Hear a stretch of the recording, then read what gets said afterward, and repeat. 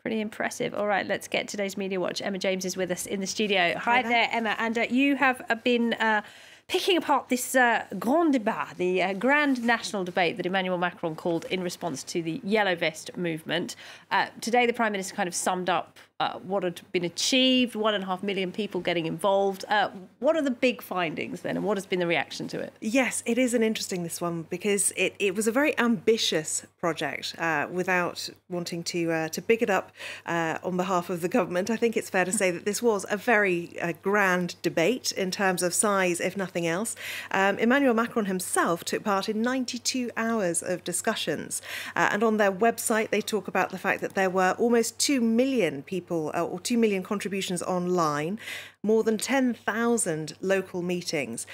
So this was really an idea that was supposed to get us closer to knowing what it is that French people really want from their representatives in Parliament. Slight hiccup earlier on today, though, when the website crashed. We've got work in progress, ? Which perhaps sums up a little bit exactly what's going on with the Grand Débat, because there's quite a lot of scepticism out there about quite how much is going to change here. It's a very French endeavour, isn't it?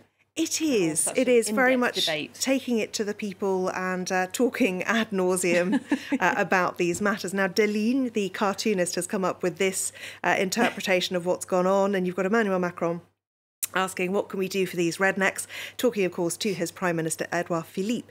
And he says they want to rename Orly Airport the Johnny Hallyday Airport, in honour, of course, of the late singer, possibly one of the most famous rock stars here in France. It's not a bad idea. Emmanuel Macron tells him to be serious, and then he's told what other things they want, which include higher minimum wage, free petrol, and, of course, the resignation of Emmanuel Macron. So you see the final part of the cartoon there, where they are inaugurating Johnny Airport, which I don't think is going to happen. But yes, it's certainly a bit of a tongue-in-cheek take on what has been decided upon from these discussions. It's not the only note of cynicism out there. This person saying everyone can give their opinion. Oh, that's and, of course, you notice that, in fact, every face is that of Emmanuel Macron. It is extremely creepy.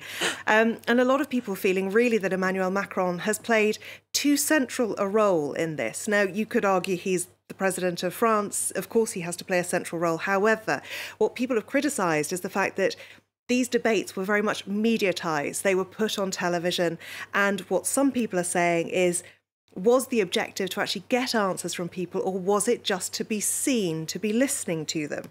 There is a lot of negativity out there. There always is on social media. If the sun always shines on TV, then I think it's probably always a downpour when you look at Twitter. This is one positive note that I saw. Somebody saying that no president has ever moistened his shirt, like as Emmanuel Macron did. No, he literally did get his shirt wet because he was sweating. Oh, right. He was very exuberant and very passionate while talking, and he did end up looking like a drowned rat at some of these talks. And what she is saying is to everyone, stop complaining. He's trying his best. He is trying his best. That's the argument from this lady anyway. A lot of other people unhappy at how much it cost to fund this project, 12 million euros, which in the grand scheme of things isn't that much, but it does sound like an awful lot. And this woman pointing out that the grand debate cost 12 million euros to basically learn that the French want to pay fewer taxes. Yep, no big surprise there, was there? But do people believe it will bring any change? Well, certainly when you look at social media, no, I think is the simple answer. And when you look at some of the polls that are being carried out, Le Figaro, which is a right-leaning newspaper, has this on their website. Do you think that your taxes are going to go down as a result of the Grand Débat? 80% saying no, only 20% believing that will happen. That's 26,000 people who voted in that one. Some optimists there. And it's worth remembering that France is the most heavily taxed country in the EU. It's always a bit of a stereotype that there are heavy taxes here, but it is true. Another piece that is well worth a look at is from the New Statesman by Pauline Bock. She's a French journalist, but but currently based, I think, in the UK. And what she says is that his response to this debate shows that he's learned nothing from his drop in popularity, from the Gilets Jaunes, yellow vest protests that we've seen really tearing up France.